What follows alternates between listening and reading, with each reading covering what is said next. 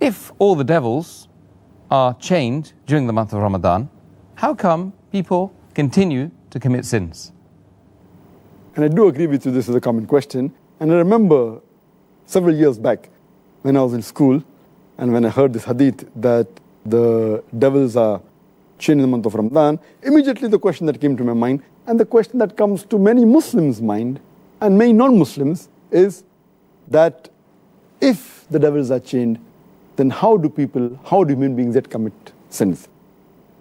This question is based on the hadith of Muhammad sallallahu alaihi wasallam, which I mentioned earlier, a Sahih hadith of Musnad Ahmed, volume number 2, page number 230, hadith number 7148, which is also repeated in Sunan Nasai, chapter number 5, hadith number 2106, where the beloved Prophet said that, O ye people, the blessed month of Ramadan is approaching. And Allah has ordained for you that you fast in this month. And the gates of heaven will be open in this month, and the gates of hell will be closed. And the devils will be chained. In this month is a night, which is better than 1,000 months. And a person who's deprived of the blessing in this month is truly a deprived person. Now, when we get this hadith, it clearly mentions that in this month of Ramadan, the devils will be chained. And it's a logical question. If devils are chained, then how do human beings yet commit sins? To make the people understand, we have to realize that when the devils are chained, it does not mean that the devils are slain. They have been killed. They're yet present, but they're chained. They're not killed. The power is yet there, but it is diminished.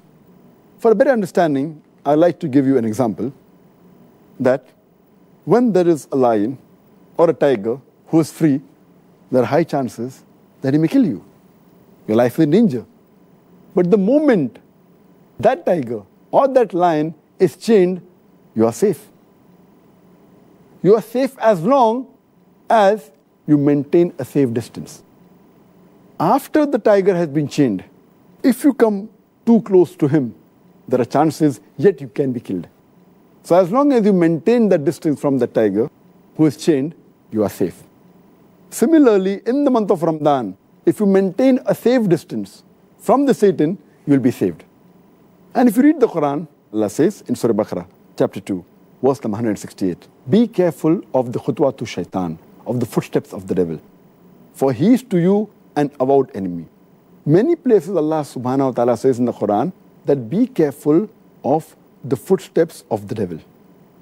Allah doesn't say that be careful of the devil, because a normal Muslim, an average Muslim who has average iman, when he sees the devil in front of him, he will be careful.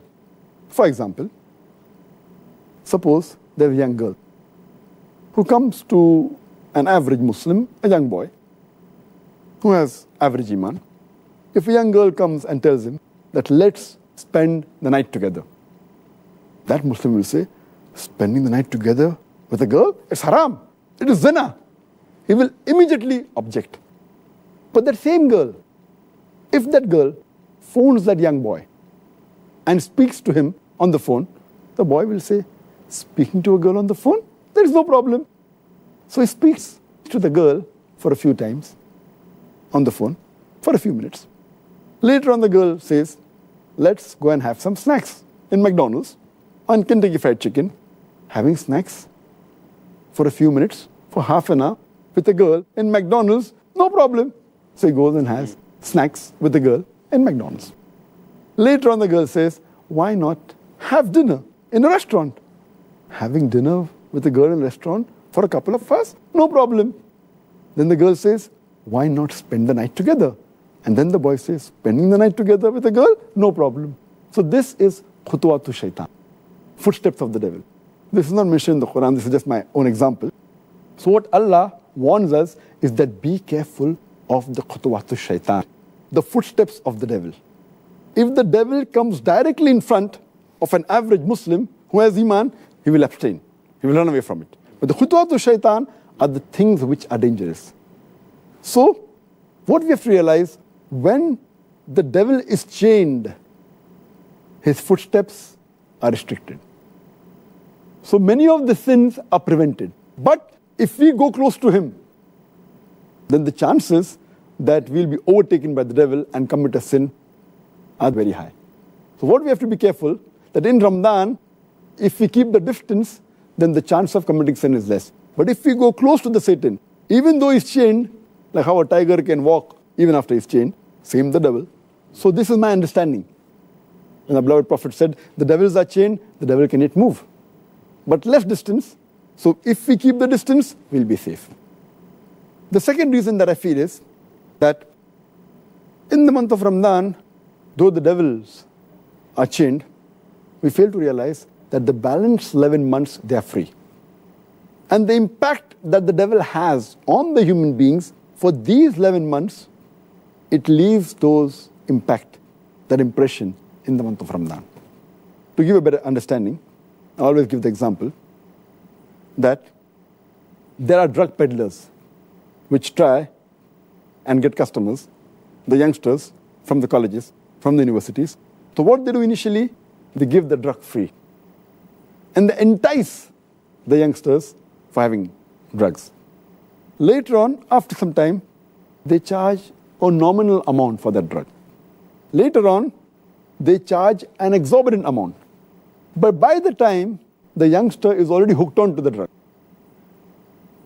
So even if the drug dealer is not there, they will try and find where the drug dealer is. They will go out of the way to find him and get the drug.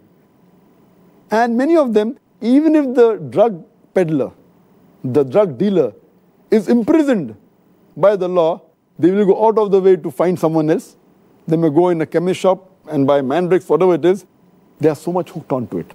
So these people who have become addicts to drugs, or rather say, addicted to the Satan, even though the Satan is imprisoned, the effect is yet there. So in this way we understand, as a drug dealer, as a drug peddler, even after he goes, the drug addict gets accustomed to that drug. So we human beings, we are accustomed to the sin. And even though the Satan is imprisoned, we keep on committing these mistakes. But mainly those people who have become addicts fall in this category. So those who do major sin fall in this category. But the normal Muslims, the average Muslims who haven't become addicted, it's easy for them to stay away from sin. And the third reason that I give is that though there are some scholars who say that in this month of Ramadan, the strong devils, the marids, they're imprisoned. The smaller ones are free. So they keep on committing mistakes.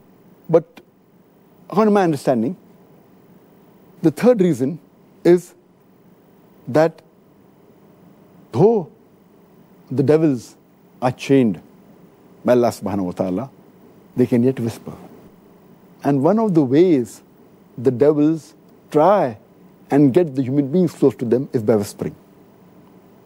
And Allah says in the Quran, in Surah Nas, chapter number 114, verse number 1 to 6, قُلْ أَعُوذُ بِرَبِّ النَّاسِ مَلِكِ النَّاسِ إِلَهِ النَّاسِ مِنْ شَرِّ الْوَسْوَاسِ الْخَنَّاسِ الَّذِي يُوَسْوِسُ فِي صُدُورِ النَّاسِ مِنَ الْجِنَّةِ وَالنَّاسِ.